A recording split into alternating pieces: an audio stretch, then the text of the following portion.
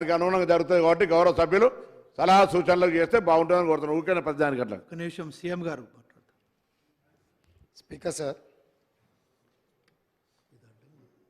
మంత్రివర్గ నిర్ణయాన్ని శాసనసభలో చర్చకు ప్రవేశపెట్టడం ద్వారా ప్రతిపక్షాలను వివిధ సామాజిక వర్గాల నుంచి సలహాలు సూచనలు తీసుకొని ఒక మంచి కార్యక్రమాన్ని చేపట్టాలని ప్రభుత్వం ఈరోజు పొన్నం ప్రభాకర్ గారు తీర్మానాన్ని ప్రవేశపెట్టిండ్రు. దాంట్లో చర్చలో భాగంగా ప్రతిపక్షాలందరూ కూడా సలహాలు సూచనలు తీసుకోదలుచుకున్నారు. అయితే ఈ సందర్భంగా సలహాలు సూచనలు ఇచ్చేదానికంటే కూడా అనుమానాలను లేవనెత్తడం ద్వారా ఈ అంశాన్ని పక్కదోవ పట్టించి ప్రజలకు కొన్ని అనుమానాలను రేకెత్తించే విధంగా చర్చ ఆ దిశగా జరుగుతుంది అధ్యక్ష. ఈ సందర్భంగా నేను తమ ద్వారా ప్రతిపక్ష పార్టీలకు, సభలో ప్రాతినిధ్యం లేని మిగతా వర్గాలకు, సామాజిక వర్గాలకు కూడా తమ ద్వారా నేను ఏం చెప్పదలుచుకున్నా అంటే, బడుగు బలైన అల్పసంఖ్యాక వర్గాల అభ్యున్నతికి నిరంతరం పాటుపడ్డ చరిత్ర కాంగ్రెస్ పార్టీది.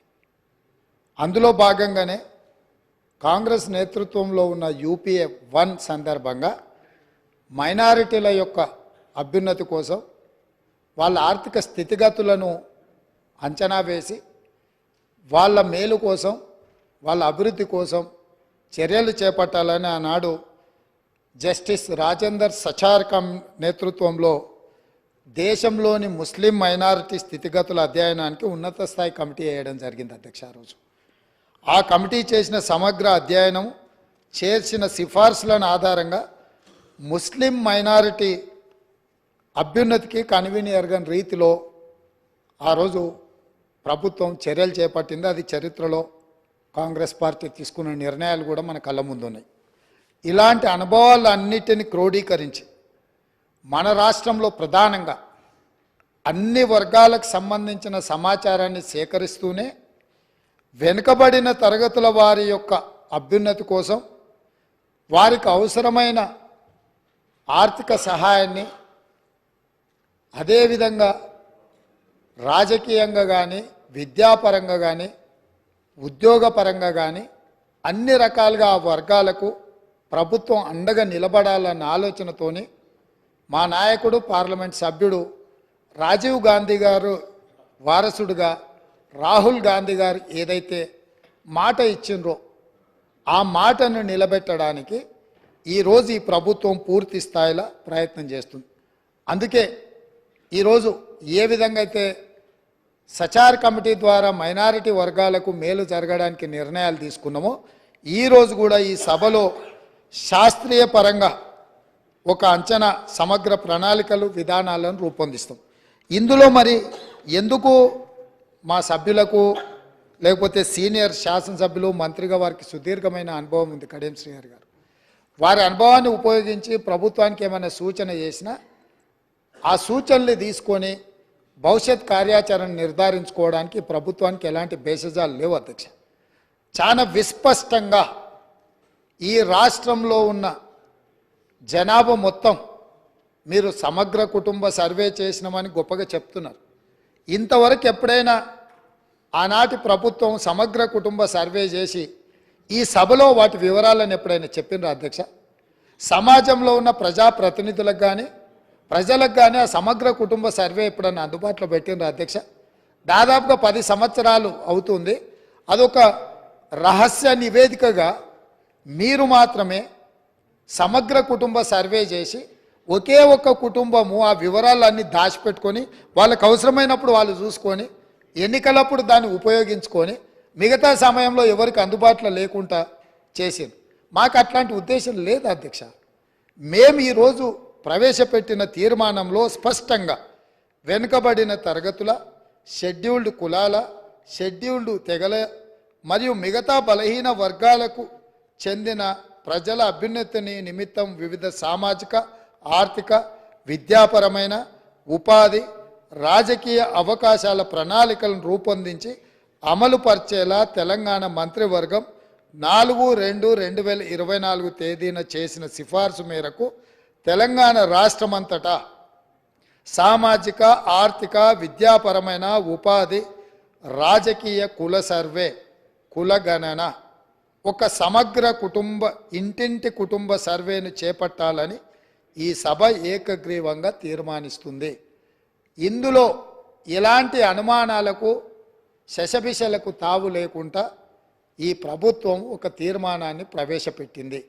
ఈ తీర్మానాన్ని మీరు అర్థం చేసుకొని మీకున్న అవగాహన మేరకు మీకున్న అనుభవం మేరకు మీరు ఇంకేమైనా ఇది అమలు చేసే క్రమంలో ఏదైనా న్యాయపరమైన చట్టపరమైన చిక్కులు వచ్చే అవకాశం ఉందని మీకు ఏదైనా అనుమానం ఉంటే మీ అనుమానాలతో పాటు దీన్ని అమలు చేయడానికి సూచనలు ఇవ్వండి. మీరు అన్ని అనుమానాలను లేవనెత్తి అసలు ఈ తీర్మానానికే ఒక చట్టబద్ధత లేదన్నట్టుగా చర్చ జరగడము ఇది మనందరికీ మంచిది కాదు. కాబట్టి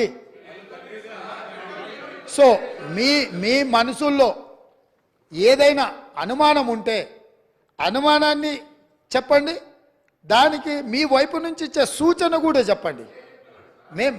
మేము ఇక్కడ ఇది రహస్యంగా మేమేదో కూర్చొని మేమేదో కూడుకొని ఏదో తీర్మానాన్ని పెట్టి చర్చ లేకుండా పాస్ అని ముందుకు వెళ్ళదలుచుకోలేదు అధ్యక్ష.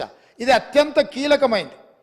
తెలంగాణ సమాజంలో సుప్రీంకోర్టు వరకు కూడా జరిగిన చర్చలు ఏముంది, మీరు బలహీన వర్గాలకు మీరు అండగా నిలబడాలంటే మీ లెక్కలేంటివో మీకు తెలవాలి అన్నారు. ఈ బలహీన వర్గాల లెక్కలు తెచ్చి వాళ్లకు నిధుల విషయంలో నియామకాల విషయంలో సహేతుకమైన వాళ్ళ వాటాను వాళ్ళకి ఇవ్వాలని ఆనాటి కేంద్ర ప్రభుత్వం 2011లో ప్రయత్నం చేసింది.